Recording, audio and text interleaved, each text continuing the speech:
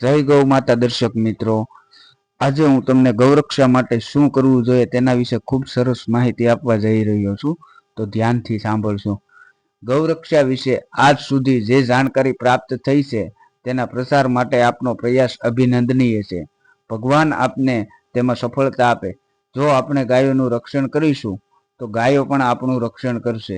ગામની જરૂરિયાત પ્રમાણે પ્રત્યેક ઘરમાં તથા ઘરોના પ્રત્યેક સમૂહમાં એક ગૌશાળા હોવી જોઈએ. દૂધ ગરીબ અમીર સૌને મળવું જોઈએ. ગૃહસ્થોને પૂરતી ગૌચર ભૂમિ મળવી જોઈએ. ગાયોને વેચાણ માટે મેળામાં મોકલવાનું બિલકુલ બંધ કરી દેવું જોઈએ, કારણ કે તેનાથી કસાઈઓને ગાયો ખરીદવાની સવલત મળે છે. ખેડૂતોની સ્થિતિ સુધારવા માટે અપાતા સૂચનો અને અન્ય આવા સૂચનોને કાર્યરૂપે પરિણિત કરવા માટે ગ્રામ પંચાયતોનું નિર્માણ થવું જોઈએ. જય ગૌ માતા. Thank you.